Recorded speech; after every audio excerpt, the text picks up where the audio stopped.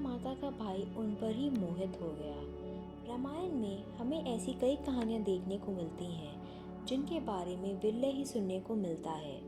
जैन रामायण सीता माता के भाई की कहानी सुनने को मिलती है जो उन पर ही मोहित होकर उनसे विवाह करने की इच्छा जताता है। आइए जानते हैं ये पूरी कहानी। सीता माता मिथिलापुर के राजा जनक और रानी विदे की पुत्री बताई गई हैं, जिनका एक भाई था जिसका नाम भामंडल था।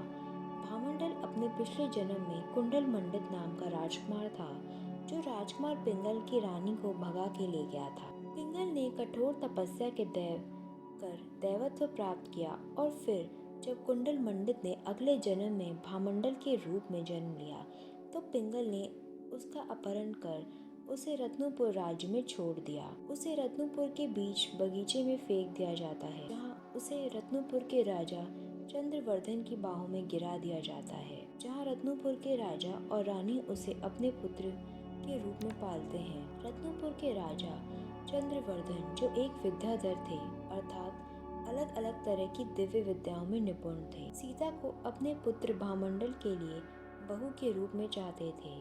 भामंडल जी से मिलने एक बार नारद जी आते हैं और उन्हें सीता देवी की तस्वीर दिखाते हैं। इसी क्षण उनके शरीर में कामदेव प्रवेश कर जाते हैं और वो सीता की तस्वीर देखकर उन पर मोहित हो जाते हैं। पर वो इस बात से पूरी तरह अनजान थे कि सीता उनकी सगी बहन है। राजा चंद्रवर्धन राजा जनक को ये चुनौती देते हैं कि सीता का विवाह तभी हो सकता है जब राजा सागरवत और वज्रवत नाम के दिव्य धनुष उठाने में सक्षम होंगे।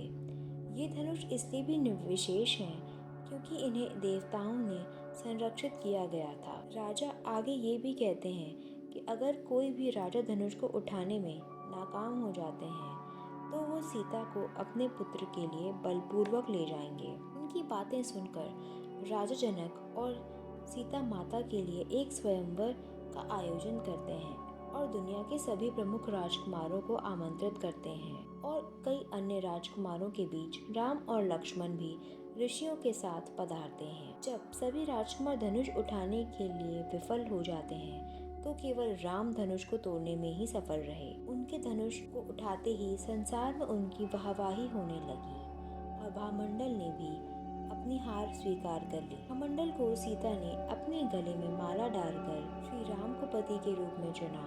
भामंडल को दिव्यवाणी से पता चलता है कि सीता वास्तव में उनकी बहन है। ये जानकर भामंडल बेहद लज्जित हो जाते हैं और वहाँ से वापस चले जाते हैं।